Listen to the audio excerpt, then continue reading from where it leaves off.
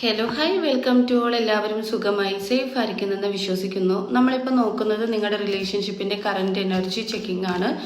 ഇതൊരു general reading ആണ്. So നിങ്ങൾക്ക് റെസനേറ്റ് ആവുന്നത് മാത്രം എടുക്കുക, അല്ലാത്ത കാര്യങ്ങളൊക്കെ വിട്ട് കളയുക. നെഗറ്റീവിനെ ജീവിതത്തിലേക്ക് അട്രാക്ട് ചെയ്യാതിരിക്കുക.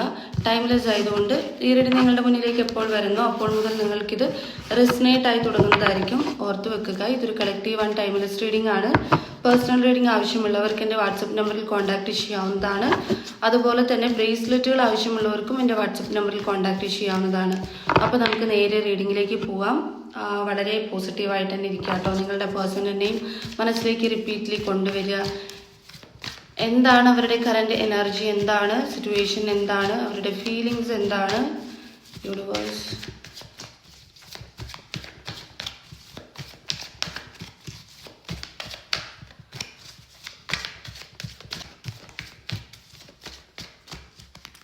കറണ്ട് എനർജി നമുക്ക് 5 ഓഫ് കപ്സ് റിവേഴ്സ്ഡ് ആണ് അവരുടെ കറണ്ട് എനർജി വന്നത്. ഇനി ഈ സിറ്റുവേഷൻ നോക്കാം. ജസ്റ്റിസ് ആണ് സിറ്റുവേഷനായിട്ട് വന്നിട്ടുള്ളത്. അവരുടെ ഫീലിങ്സ് എന്താണ്, ഫീലിങ്സിനകത്ത് 9 ഓഫ് പെൻറ്റക്കിൾസിൻ്റെ എനർജിയാണ്. അവരുടെ തോട്ട്സ് എന്താണ്, തോട്ട്സിനകത്ത് കിങ് ഓഫ് കപ്സിൻ്റെ എനർജിയാണ്. ആൻഡ് നെക്സ്റ്റ് ആക്ഷൻ ഡെത്ത് കാർഡാണ് കേട്ടോ. ഓക്കെ, ഇവിടെ ബോട്ടം ഓഫ് ദ ഡെക്ക് നമുക്ക് വന്നിട്ടുള്ളത് 10 ഓഫ് സോർട്സിൻ്റെ എനർജിയാണ്.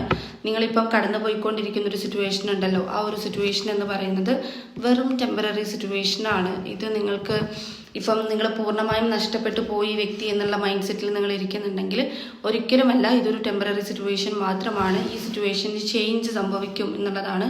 ഈ പേഴ്സൻ്റെ ഓവറോൾ എനർജീനകത്ത് നമുക്ക് 5 ഓഫ് കപ്സിൻ്റെ എനർജി റിവേഴ്സ്ഡ് ആണ് വന്നിട്ടുണ്ടായിരുന്നത്. ഓക്കെ, ഈ കാർഡ് നമുക്ക് ഇങ്ങനെയാണ് കിട്ടിയിട്ടുണ്ടായിരുന്നത്. അപ്പം ഈ പേഴ്സൺ ഇത്രയും നാളും നിങ്ങളുടെ പ്രസൻസ് ഇല്ലായ്മ ഉണ്ടായിരുന്നു. ഭയങ്കരമായിട്ട് അവർക്ക് നിങ്ങളുടെ പ്രസൻസ് ഇല്ലായ്മ അവരുടെ ലൈഫിന് തന്നെ എന്താ പറയുക, കോൺസെൻട്രേഷൻ കൊടുക്കാതെ അല്ലെങ്കിൽ അവർക്കൊരു കോൺഫിഡൻ്റ് ആക്കാത്ത രീതിയിൽ അവരെ ബാധിച്ചിട്ടുണ്ടായിരുന്നു. പക്ഷേ സ്റ്റിൽ ഇപ്പം നിങ്ങളുടെ പ്രസൻസ് അവർക്ക് കിട്ടുന്നത് പോലെയാണ്. നിങ്ങൾ ചേസ് ചെയ്യുന്നുണ്ട്, അല്ലെങ്കിൽ ഇപ്പം അവർ നിങ്ങളെ ജസ്റ്റ് എങ്കിലും ഒന്ന് കോൺടാക്ട് ചെയ്യുന്നുണ്ടെങ്കിൽ, നിങ്ങൾ റിപ്ലൈ കൊടുക്കുന്നുണ്ടെങ്കിൽ അതുകൊണ്ടായിരിക്കാം. കറൻ്റ്ലി ഈ പേഴ്സൺ എന്തായാലും നിങ്ങളുടെ പ്രസൻസ് കിട്ടുന്നുണ്ട്. അവരതിൽ ഹാപ്പിയാണ്. അവർ ഇത്രയും നാളും അവർക്ക് സ്നേഹം കൊടുത്ത ആളുകളെ തിരിച്ചറിയാതെ വേറെ ആളുകൾക്ക് നേരെയായിരുന്നു അവർ തിരിഞ്ഞു നിന്നിട്ടുണ്ടായിരുന്നത്. പക്ഷെ ഇപ്പം നിങ്ങളിലേക്കാണ് അവരുടെ ഫോക്കസ് പോകുന്നത്. നിങ്ങളുടെ പ്രസൻസ് അവർക്ക് കിട്ടുന്നുമുണ്ട്. ഓക്കെ, മേ ബി നിങ്ങൾ ഭയങ്കരമായിട്ട് ആത്മാർത്ഥമായി ആഗ്രഹിക്കുന്നുണ്ടാകാം, മാനിഫെസ്റ്റ് ചെയ്യുന്നുണ്ടാകാം. അപ്പം അതൊക്കെ അവർക്കും ഫീൽ ചെയ്യുന്നുണ്ട്. ഓക്കെ, നിങ്ങളുടെ എനർജി അവർക്ക് ഫീൽ ചെയ്യുന്നുണ്ട്. സോ നിങ്ങളുടെ പ്രസൻസ് ഇപ്പം ഈ പേഴ്സൺ ഉണ്ട്, അവർക്ക് ഒരു ഹാപ്പിനെസ് ആണ്, അതിൽ അവർക്കൊരു ഹാപ്പിനെസ് ആണ് നിങ്ങളുടെ പ്രസൻസ് കിട്ടുക എന്ന് പറയുന്നത്.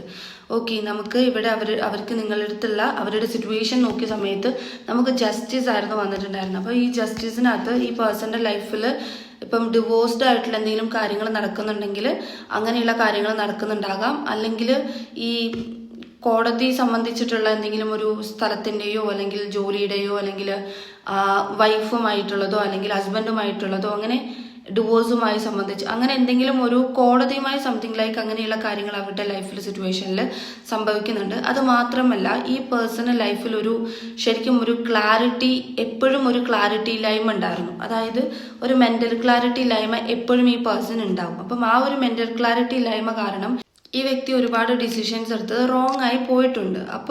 പക്ഷെ ഇപ്പം കറൻ്റ്ലി ഇവർക്ക് ക്ലാരിറ്റി കിട്ടുന്നുണ്ട്.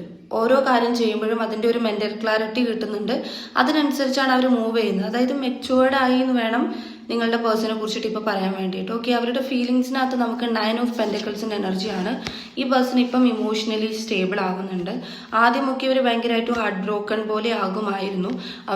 അവരെ തന്നെ കൺട്രോൾ ചെയ്യാൻ പറ്റാത്തൊരവസ്ഥയൊക്കെ ഉണ്ടായിരുന്നു. പക്ഷേ ഇപ്പം സ്റ്റിൽ അവർ ഇമോഷണലി അവർക്ക് ബാലൻസ് ചെയ്യുന്നുണ്ട്. അതുപോലെ ഫീലിങ്സ് വന്നെങ്കിൽ പോലും അവർക്ക് അതിനെ ഒന്ന് ഹോൾഡ് ചെയ്ത് പിടിക്കാനും അതൊരു ബാലൻസിലേക്ക് കൊണ്ടുവരാനും ഹീല് ചെയ്യാനും എല്ലാം ഈ പേഴ്സണ് അറിയാൻ പറ്റുന്നുണ്ട്. അതാണ് നമ്മൾ ജസ്റ്റിസ് അവരുടെ സിറ്റുവേഷനകത്ത് ഈ പേഴ്സണ് വന്നിട്ടുള്ള മാറ്റത്തിനകത്ത് മെയിനായിട്ട് നമ്മൾ കണ്ടിട്ടുള്ളത്. ഓക്കെ, ക്ലാരിറ്റി വരുന്നതാണ് ആ പേഴ്സൺ. ഓക്കെ, അവരുടെ ഇൻഡിവിജ്വലിൽ തന്നെ അവർക്കത് മനസ്സിലാവുന്നുണ്ട്. അതിൻ്റെ കിങ് ഓഫ് കപ്സ് ആണ് നമുക്കിവിടെ അവരുടെ തോട്ട്സിനകത്ത് കിട്ടിയത്. ഈ പേഴ്സൺ നിങ്ങളെ കുറിച്ചിട്ട് ഒരുപാട് തോട്ട്സ് കൊണ്ട് നടക്കുന്നുണ്ട്. അതുപോലെ തന്നെ അവർക്ക് നിങ്ങളുടെ അടുത്ത് ഒരുപാട് ഇമോഷൻസ് ഉണ്ട് കേട്ടോ. ഇമോഷണലി ഭയങ്കരമായിട്ട് കണക്ട് ചെയ്യുന്നുണ്ട്. പക്ഷെ കൺട്രോൾ ചെയ്ത് വെച്ചേക്കുവാണ്. ഒരു കിങ്ങിൻ്റെ എനർജിയിൽ ഇരിക്കുകയാണ് അവർ. ഭയങ്കര ബോൾഡായി അതിനെ കൺട്രോൾ ചെയ്ത് അതിനൊരു ബൗണ്ടറി ഒക്കെ സെറ്റ് ചെയ്ത് ഇരിക്കുകയാണ് ഈ പേഴ്സൺ.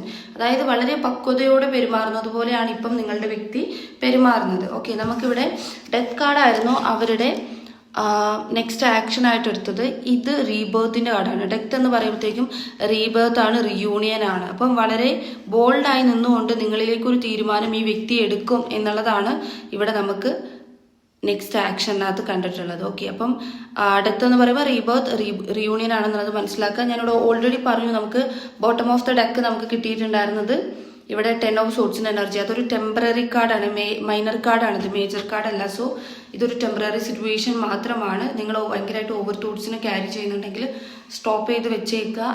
അതായത് നിങ്ങൾ ഇമോഷണലി കണക്ട് ആവുന്നുണ്ടെങ്കിൽ ബാലൻസ് ചെയ്യാൻ ശ്രമിക്കുക. കാരണം ഈ പേഴ്സൻ്റെ ലൈഫിൽ അവരത് ബാലൻസ് ചെയ്യുന്നത് കൊണ്ട് തന്നെ അവർക്ക് അവരുടെ ഇമോഷണലി ആയിട്ടുള്ള കാര്യങ്ങളെയൊക്കെ കൺട്രോൾ ചെയ്യാൻ പറ്റുന്നുണ്ട്. ഓക്കെ, അത് സെയിം നിങ്ങളുടെ എനർജി നിങ്ങൾക്കും അതേ സെയിം എനർജി തന്നെ വരട്ടെ. ഓക്കെ, അപ്പോൾ പോസിറ്റീവായിട്ടുള്ള കാര്യങ്ങൾ ക്ലെയിം ചെയ്യാം. നമുക്കിനി ക്ലൂസ് നോക്കാം.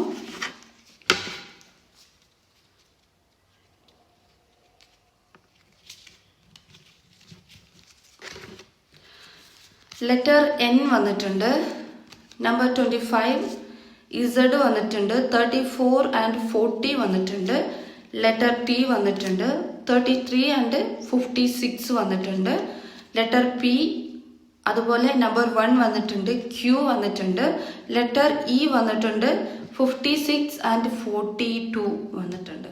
അപ്പം നിങ്ങൾക്കുള്ള റീഡിംഗ് എന്ന് പറയുന്നത് ഇത്രയേ ഉള്ളൂ. നിങ്ങൾക്ക് റെസനേറ്റ് ആയിട്ട് തോന്നുന്നുണ്ടെങ്കിൽ, റീഡിംഗ് ഇഷ്ടമായിട്ടുണ്ടെങ്കിൽ ഉറപ്പായിട്ടും ലൈക്ക് ചെയ്യുക, കമൻറ്റ് ചെയ്യുക. പോസിറ്റീവായിട്ടുള്ള കാര്യങ്ങൾ ക്ലെയിം ചെയ്യാൻ വേണ്ടി ലൈക്ക് ഓർ സബ് ചെയ്യുക കേട്ടോ.